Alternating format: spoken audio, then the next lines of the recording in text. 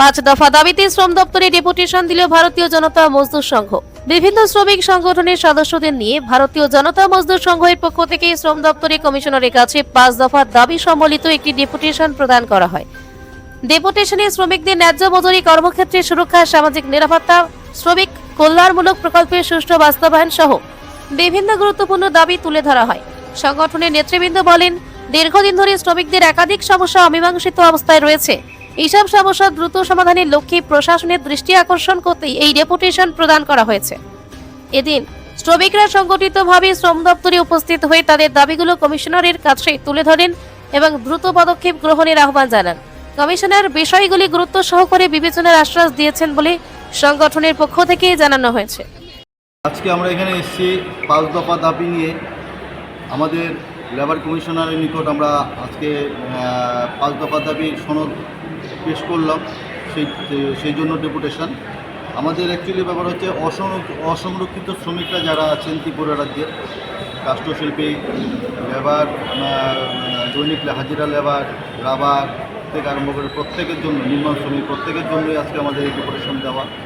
তার লক্ষ্য হচ্ছে মূল্য বৃদ্ধি, ক্রমশ মূল্য বৃদ্ধি, দ্রব্যমূল্য বৃদ্ধি ক্রমশই বেড়ে যাচ্ছে দিন দিন।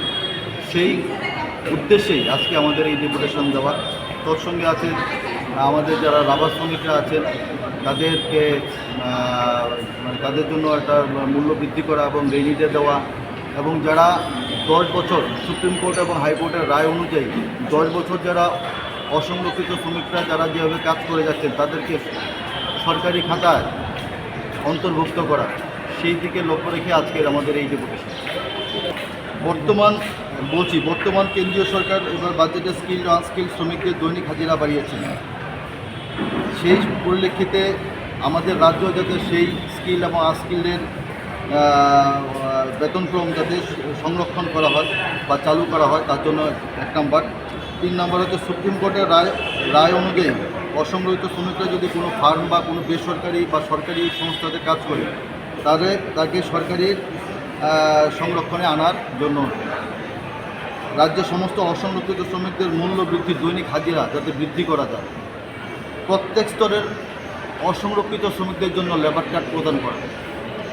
তৎসঙ্গে আছে টিএফডিবিসিতে শ্রমিকরা আছেন তাদেরকে বিশেষভাবে, যেহেতু সেন্ট্রাল গভর্নমেন্টের ইকুইটি শেয়ার ওনারা প্রদান করেন প্লাস স্টেট গভর্নমেন্টে প্রদান করেন, তার জন্য ওনাদের তরফ থেকেও আমরা চাই যে আমাদের শ্রমিকদের যাতে বেতন বৃদ্ধি করা হয়।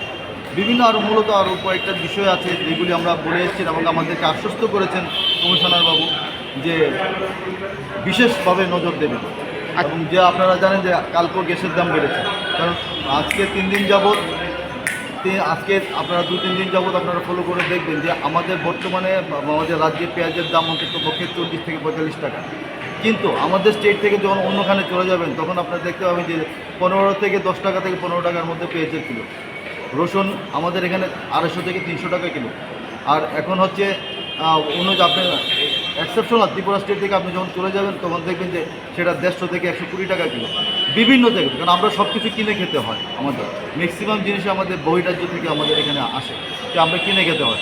তাহলে যেই মজুরি আমরা পাচ্ছি, আমাদের শ্রমিকরা অসংরক্ষিত শ্রমিকরা পাচ্ছে, তার যদি হিসাব করে দেখা যায় যে একটা পরিবার 4 জনের পরিবার চলতে পারে, সেই দিকে পরিলক্ষিত করেই আমাদের আজকের এই ডেপুটেশন। আচ্ছা, এখানে কাষ্ঠশিল্পী আছে, নির্মাণ শ্রমিক আছে, রাবারের টেপাররা আছেন, তার সঙ্গে আছেন যে অঙ্গনারী দিদিমণিরাও আছেন, আশারও আছেন, মিড ডে মিলেরও আছেন।